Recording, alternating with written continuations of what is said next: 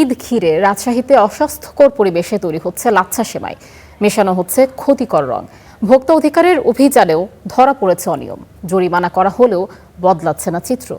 জনস্বাস্থ্য বিশেষজ্ঞরা বলছেন এসব সেমাইয়ে রয়েছে স্বাস্থ্য ঝুঁকি। জিয়াউল গনি সেলিমের রিপোর্টে বিস্তারিত। রাজশাহীর সবচেয়ে বড় বেকারি বিশাল ফুড ইন্ডাস্ট্রিজ কারখানার ভেতরে ময়লা আবর্জনা, উঠছে মশামাছি। তার ঠিক পাশেই খোলা জায়গায় তৈরি হচ্ছে সেমাই সহ নানা ধরনের খাদ্যদ্রব্য। আমরা আমাদের তরফ থেকে সর্বোচ্চ চেষ্টা করি, তারপরে প্রতিষ্ঠান তো আসলে এগুলো কাজ করতে গেলে অনেক সময় বিভিন্ন কোনাতে একটু ময়লা কিন্তু থেকে যায়।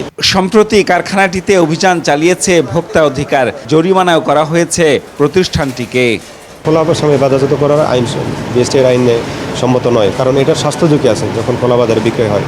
তো যারা এই ধরনের কাজ করছে তাদেরকে আমরা সতর্ক করছি। অনেক সময় প্রশাসনিক ব্যবস্থা জরিমানাও হচ্ছে। পাশাপাশি এটা যাতে বন্ধ হয়, ওনারা বন্ধ করেন সেই ব্যাপারে কঠোর নির্দেশনা দেওয়া হচ্ছে। নগরীর বিসিক শিল্প এলাকায় গড়ে উঠেছে ছোট বড় লাচ্ছা সেমাই তৈরির কারখানা। সরেজমিনে দেখা গেছে কিছু কারখানায় লাচ্ছা সেমাই মেশানো হচ্ছে রং, নেই স্বাস্থ্যবিধির বালাই। খোলা লাচ্ছা তো 99% করতেছে। এখন যেহেতু সবাই করতেছে, এখন যদি এই খোলা লাচ্ছা না থাকে তাহলে আমাকে ওই 1% 2% প্রোডাকশান দিয়ে কারখানা বন্ধ করে দিতে হবে। এদেরকে আমরা প্রায়শ বলি এবং বকাঝকাও করা হয়। তো সব সময় তো অনেক সময় দেখা যায় না, চোখের একটু অপলক হলে দেখা গেল যে তারা এই কাজটা ছেড়ে ফেলে। তো এক্ষেত্রে ধরেন এরকম একাত্তর হতে পারে। যদিও এসব অনিয়ম রুখতে মাঝে মধ্যে চলছে অভিযান, হচ্ছে জরিমানাও, কিন্তু তারপর ফের বহাল তবিয়তেই চলছে সবকিছু। জনস্বাস্থ্য বিশেষজ্ঞরা বলছেন এসব খাবার মানবদেহের জন্য মারাত্মক ক্ষতিকর, রয়েছে ক্যান্সারের মতো ঝুঁকিও।